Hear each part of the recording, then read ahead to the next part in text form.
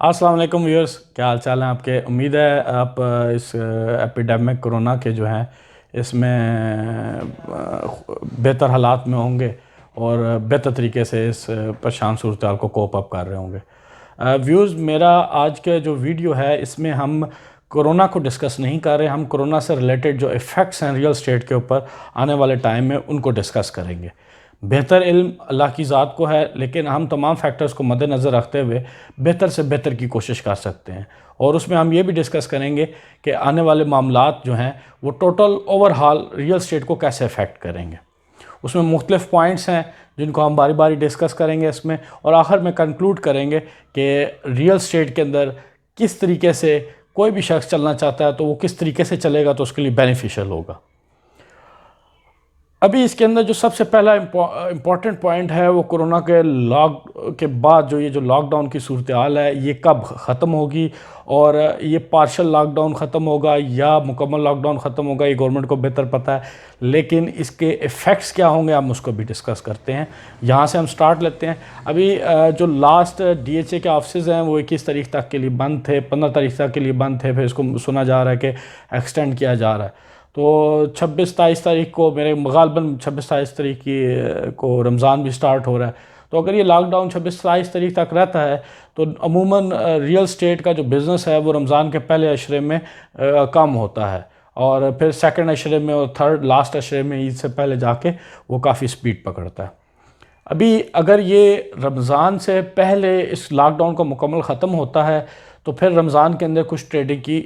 तौक़ात मौजूद हैं, क्योंकि काफ़ी सारे लोग हैं जो अभी बाइंग के अंदर मौजूद थे, जो वर्किंग कर रहे थे, कोई जेन्युइन क्लाइंट्स हैं जो अपनी लेना चाह रहे थे, और काफ़ी सारे जेन्युइन लोग हैं जो अपनी चीज़ें सेल करना चाह रहे थे और एक मुनासिब कीमत पे सेल हो रही थी चीज़ें। अब वो लोग रुक चुके हुए हैं, तकरीबन 2 माह का वक्त हो चुका है जिसके अंदर वो तमाम ट्रांजैक्शंस रुकी हुई हैं, तो उस फ़्लो ने भी कंटिन्यू होना है। तो वो अगर रमज़ान से पहले होता है तो रमज़ान के अंदर कुछ फ़्लो वो क्लियर होगा, और कुछ फ़्लो जो है वो आफ्टर ईद जाके क्लियर होगा। और अगर रमज़ान से पहले ये 23-24 को खोलते हैं मार्केट को, तो उसमें फिर उम्मीद है कि क्या कहते हैं कि 3 महीने के अंदर जाके फ़्लो क्लियर होगा। उसके बाद मार्केट स्टैटिक पोजीशन में आएगी, अपने नॉर्मल फ़्लो में आएगी। उस नॉर्मल फ़्लो के अंदर फिर देखना होगा कि मार्केट जो है वो अपने रेट्स को सस्टेन करती है, अपने ग्रोथ को सस्टेन करती है, अपना ट्रांजैक्शंस को सस्टेन करती है, रेट्स को सस्टेन करती है, या इनके अंदर चेंजेस आती हैं। जो इसके अंदर इफ़ेक्ट्स हैं सस्टेनेबिलिटी के, उसमें फिर मज़ीद 2 चीज़ें आ जाती हैं। एक FDI आ जाती है और एक गवर्नमेंट की पॉलिसीज़ आ जाती हैं। सबसे पहले हम उसमें गवर्नमेंट की पॉलिसीज़ को डिस्कस कर लेते हैं। अगर तो गवर्नमेंट ऑफ पाकिस्तान ने रियल स्टेट के अंदर जो टैक्सेस की सूरत हाल है और जो DC वैल्यूज़ की सूरत हाल है, फिर उसके बाद प्रोविंशियल और फेडरल के टैक्सेस हैं उनके अंदर जो सेग्रीगेशंस मौजूद हैं, और उसके बाद जो FBR के मामलात हैं, अगर इसके अंदर लेनेंसी पैदा ना की, और specially not for the Pakistani residents but specially जो हमारे पाकिस्तानी भाई बाहर मौजूद हैं उनके लिए, अगर उनको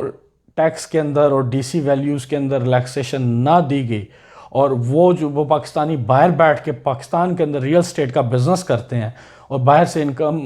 जो है वो पाकिस्तान में मुंतकिल करते हैं रियल स्टेट की मद में, अगर उनको रिलैक्सेशन ना मिली तो इसकी सर्कुलेशन जो है वो यकीनी तौर पे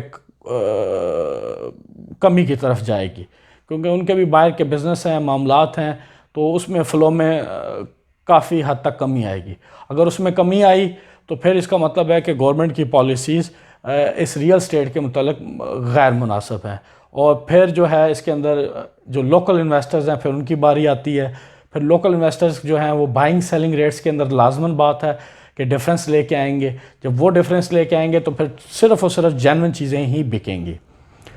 अब आ जाते हैं इसके अंदर FDI के अंदर। FDI एक बहुत बड़ा सब्जेक्ट है और ये गवर्नमेंट पॉलिसीज़ से और इंटरनेशनल मार्केट की सूरत हाल से लिंक्ड है। अभी इंटरनेशनल मार्केट कहाँ पे जाके स्टेबल होती है वो हर मुल्क का डिफरेंट होगा। USA का डिफरेंट है, कनाडा डिफरेंट है, यूरोप डिफरेंट है, हमारा मिडल ईस्ट के ममालिक का उधर के मामलात, उधर क्या इफ़ेक्ट्स आएंगे वो डिफरेंट होंगे। पाकिस्तान में इन्वेस्ट करना ज़रूरी समझेंगे, लेकिन रियल स्टेट में वो पैसा लगाना उनके लिए सबसे सिक्योर्ड होगा, निस्बतन इसके कि वो बाहर से आएँ और यहाँ पर इंडस्ट्री बिल्ड करें, और जिसका अगर उनको एक्सपीरियंस है तो फिर तो बहुत ज़बरदस्त बात है। लेकिन यहाँ की मार्केट को समझना और बाहर की मार्केट के मामला तो लीगल इश्यूज़ वो डिफरेंट होंगे। तो अगर उनको रियल स्टेट में कंसेशन ना मिली तो वो भी फंड्स ला के यहाँ पर स्टक होने के उनके चांसेस ज़्यादा हो जाएंगे, क्योंकि अभी एक नॉर्मल रूटीन में इन्वेस्टर जो है वो सिर्फ खेलता है 5 से 7 लाख रुपए एक 10 मिलियन की इन्वेस्टमेंट के ऊपर। अगर गवर्नमेंट 7 लाख रुपया टैक्स ही वसूल कर लेगी 10 मिलियन की ट्रांजैक्शन के ऊपर, तो फिर इन्वेस्टर के पास मार्जिन ख़त्म हो जाएगा। जब मार्जिन ख़त्म हो जाएगा और प्लस ट्रांजैक्शंस अगर ड्रॉप करती हैं तो फिर उसके अंदर जो है वो बाइंग सेलिंग रेट का ऑब्वियसली डिफरेंस आएगा, और जब बाइंग सेलिंग रेट का डिफरेंस आता है तो फिर ओवरऑल मार्केट के अंदर सिचुएशन बहुत ख़राब हो जाएगी। और अगर इसके दौरान कोरोना या इसकी बाकियात या कोई सेकंड वेव आती है या थर्ड वेव आती है तो फिर यकीनी बात है कि मार्केट जो है वो नेगेटिव ट्रेंड की तरफ चल पड़ेगी। और नेगेटिव ट्रेंड से मुराद ये है कि जो प्रॉपर डेवलप्ड एरियाज़ हैं वो भी मिलियंस के अंदर अपना रिलेट लूज़ करेंगे। उसकी मिसाल मैं इस तरह कोई स्पेकुलेशन ही है वो कर सकता हूँ कि अगर 50 मिलियन की चीज़ है तो वो ऑलमोस्ट 10 to 15% लूज़ करेगी। 100 मिलियन की है वो भी इसी तरीके के साथ उसकी परसेंटेज ज़्यादा होंगी लूज़ करने की, क्योंकि ट्रांजैक्शंस कम हो जाएंगी और आपकी रिलैक्सेशन भी मौजूद नहीं होगी, तो फिर एक मार्केट के अंदर सर्टनली पैनिक आएगा। अभी इसके अंदर हम आगे चल के इसमें डिस्कस कर लेते हैं कि इन्वेस्टर्स को या जेन्युइन सेलर्स जो हैं उनको क्या करना चाहिए। अगर आपके पास कोई प्रॉपर्टी पड़ी हुई है, आप उसको बेचना चाहते हैं या एक्स्ट्रा इन्वेस्टमेंट की हुई थी, तो उसका क्या किया जाए। उसमें मेरे ख्याल से अगर आपके पास कोई ऐसी प्रॉपर्टी पड़ी हुई है जो आपने लॉन्ग टर्म के लिए रखी हुई थी, तो उसमें मेरा मशवरा ये होगा कि अगर आपको उसके ऊपर अच्छा प्रॉफिट मिलता है और आप उसको एक घर में या किसी प्लाजे में या किसी और कमर्शियल प्रोजेक्ट में या रेजिडेंशियल प्रोजेक्ट में कन्वर्ट कर सकते हैं तो आप उसकी तरफ मूव करें। उसमें उसकी दो बड़ी वजूहात हैं। नंबर 1 कि अगर मार्केट के अंदर नेगेटिव ट्रेंड क्रिएट होता है आफ्टर कोरोना, कोरोना के 3 to 4 मंथ्स के बाद, तो फिर यह है कि आपके लिए वो रेंटल वैल्यू एक जो है वो जनरेट करती रहेगी, ना कि वो रियल स्टेट पड़ी रहे और डंप किए में और वो नेगेटिव ट्रेंड में रेट लूज़ करें और उसकी निस्बतन वो आपको कुछ जनरेट करके दे रहे हैं, रेंट ही जनरेट कर रहे हैं, लेकिन आपको एक अच्छा रेंट 0.5%, 0.35% उसको अच्छे तरीके से प्लान करें कि एक अच्छा रेंट जो है वो 5.5% पे होता है पर मंथ, तो उसके ऊपर चले जाएं। और जो सेलर्स चीज़ें बेचना चाह रहे थे और उन्होंने अपने ज़ाती घर बनाने थे या कोई कमर्शियल प्रोजेक्ट्स करना चाहते थे, उनके लिए मशवरा ये होगा कि अगर तो उन्होंने कोई प्रॉपर्टी सेल करके रीबाइंग करनी थी तो और फिर उन्होंने अपने घरों की तरफ बनाना था, तो उनके लिए सबसे बेस्ट होगा कि वो जो है अपना अगर उन्होंने जो भी प्रॉपर्टी बाई की हुई है और उसको सेल जिस भी रेट पे कर रहे हैं, अगर उसके अंदर प्रॉफिट मार्जिन मौजूद है तो फिर एग्जैक्ट रेट पे ना रहें। फिर आपको जो अच्छी ऑफ़र आती है और आपको प्रॉफिट पे आती है तो उसको दें, क्लोज करें और नेक्स्ट मूव कर जाएं। और जो बड़े इन्वेस्टर्स हैं उनके लिए या छोटे इन्वेस्टर्स के लिए दो डिफरेंट हो जाएंगे। जो छोटे इन्वेस्टर हैं उनके लिए मैं ऑलरेडी बता चुका हूँ कि वो रेंटल प्रॉपर्टी की तरफ जाएं, ना कि ट्रेडिंग की तरफ, क्योंकि ट्रेडिंग का जो है वो ट्रेंड जो है वो उतना कोई पॉजिटिव नहीं होगा। और जो बड़े इन्वेस्टर्स हैं वो अगर जाते हैं बड़े प्रोजेक्ट्स की तरफ जिसके अंदर अच्छे रेट्स के ऊपर कोई प्रोजेक्ट्स डिलीवर कर सकते हैं, रेजिडेंशियल प्रोजेक्ट्स हैं, कमर्शियल प्रोजेक्ट्स हैं, फ्लैट्स हैं, हाई राइज बिल्डिंग्स हैं, तो उसके ऊपर जो है वो 2 साल के 3 साल के प्लान पे या 5 साल के प्लान्स के ऊपर वो चीज़ों को सेल कर पाएंगे। और अगर इसके दौरान अगर मज़ीद कोई कोरोना की 4-6 महीने बाद 8 महीने बाद कोई नई वेव आती है या कोई इस तरह का नया कोई मसला क्रिएट होता है, तो फिर मेरी सबसे यही होगा कि आप अगर घर बनाना चाहते हैं तो फ़ौरन घर की तरफ जाएं, डिले मत करें। और अगर आप क्या नाम है बिज़नेस इसको एज अ बिज़नेस ले रहे थे तो फिर यह है कि इसको या आपका कोई अल्टरनेट बिज़नेस है तो उसमें कन्वर्ट करें, इंडस्ट्री है इंडस्ट्री की तरफ कन्वर्ट करें, नहीं तो फिर आप जो है इसको कुछ रेंटल प्रॉपर्टी की तरफ लेके जाएं। अभी प्रॉपर्टीज़ के अंदर जो घरों की है, रेजिडेंशियल है, वो भी बेहतर होगी, हर बंदे को अपना सूट करता है। कमर्शियल है वो भी बेहतर एक ऑप्शन होगा, उसके अंदर भी एक्टिविटीज़ जारी रहेंगी। कमर्शियल पे अब काफ़ी लोग सवाल भी करते हैं, काफ़ी क्लाइंट्स की कॉल्स भी हैं कि कमर्शियल्स जो हैं उनके ऊपर हमें शॉप्स वगैरह या मार्ट्स वगैरह बाय करने चाहिए कि नहीं। कि मैं कहता हूँ लाजमी करें, लेकिन उस जगह पे करें जहाँ पे बिज़नेस एक्टिविटी है। और अगर बिज़नेस एक्टिविटी नहीं भी है तो आप कम रेंट के ऊपर उसको एक्टिविटी को स्टार्ट कर सकते हैं, उसमें लोगों को भी सपोर्ट हो जाती है और बाद में वो एक प्रॉपर हब भी क्रिएट हो जाता है। और इसके अंदर जो है नेक्स्ट जो आएगा रियल स्टेट सेक्टर में, वो होगा कि अगर आपके पास कोई अमाउंट है या आपके पास एग्रीकल्चर लैंड है तो खुदारा खुदारा अगर आपके पास एग्रीकल्चर लैंड है मौजूद है तो उसको उसके ऊपर काश शुरू करवाएं, चाहे ठेकों पे करवाएं चाहे खुद करें, लेकिन उसको आबाद करें और उसको काइंडली मत बेचें। इस वक्त आने वाले टाइम के अंदर जो एग्रीकल्चर लैंड है उसकी प्राइसेस अगर बाकी रियल स्टेट की डिप्रिशिएट भी होती हैं तो पाकिस्तान में एग्रीकल्चर लैंड में बूम आएगा।